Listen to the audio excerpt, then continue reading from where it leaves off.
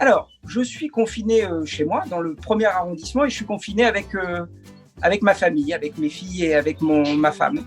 Et je dois dire que, très honnêtement, je ne suis pas vraiment à plaindre. C'est-à-dire que je le vis plutôt bien, ce confinement, quand je pense à d'autres personnes qui sont dans une situation beaucoup plus délicate et qui sont beaucoup plus isolées.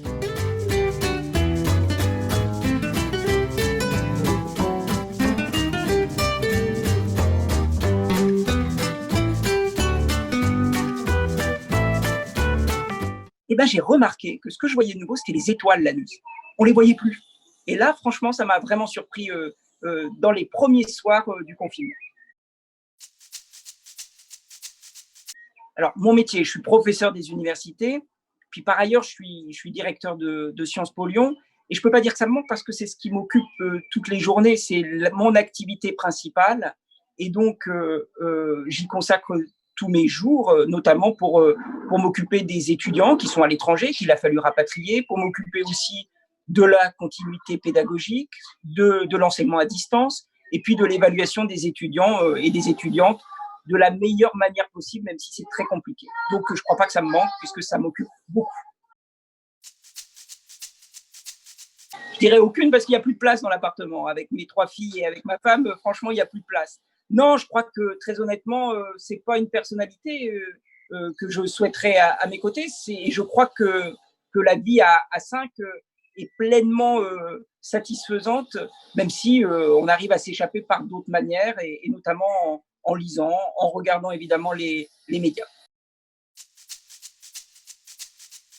Un peu d'indignation quand même, par rapport au mot fourre-tout, par rapport à cette explication qu'on entend ici et là, le jour d'après, finalement comme si c'était un mot magique.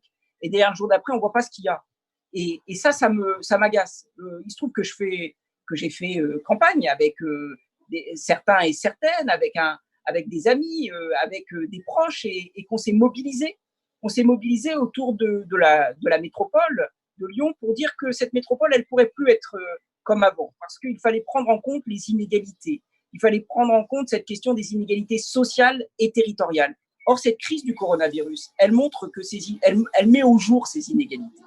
Et donc, on ne pourra pas continuer après comme c'était avant. Donc, ce jour d'après, je n'y crois pas. Enfin, en tout cas, j'y crois qu'à condition qu'on y mette vraiment du contenu. Non, j'ai pas envie de dénoncer. Je crois que d'ailleurs, on n'est pas dans la dénonciation. En tout cas, c'est pas ce qui m'intéresse. Et puis, comme la posture m'intéresse pas, c'est pas ça qui me motive. Non, ce qui m'intéresse, c'est de pouvoir mettre les mains dans le cambouis et de participer véritablement à la construction d'une nouvelle société dès la sortie du confinement.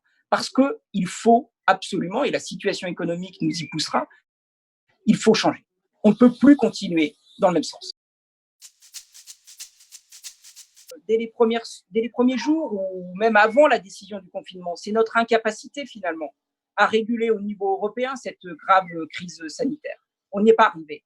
On n'y est pas arrivé, et là, je dois dire qu'on peut se faire un peu de soucis. En tout cas, on peut être dubitatif sur ce qui se passera à la sortie du confinement. Qu'est-ce qu'on proposera? Je lis, mais je dois dire que je suis quand même plutôt série. Je suis plutôt série, et je le suis en temps normal, mais alors en ce moment, c'est plutôt une consommation quasi industrielle.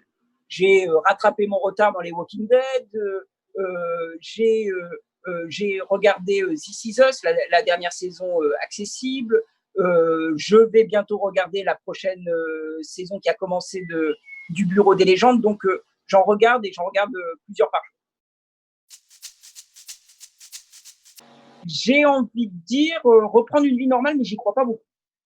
Et puis, comme je l'ai dit tout à l'heure, je crois que j'ai vraiment envie de mettre les mains dans le cambouis ou de relever les manches. Qu'est-ce qu'on a vu quand même depuis quelques semaines? On a vu des hommes, des femmes, dans des associations, de manière individuelle, prendre des initiatives. Je pense très honnêtement que la construction de la société de demain passera par eux, reposera sur elles et sur eux. Et moi, à ma place, j'ai envie d'y prendre part.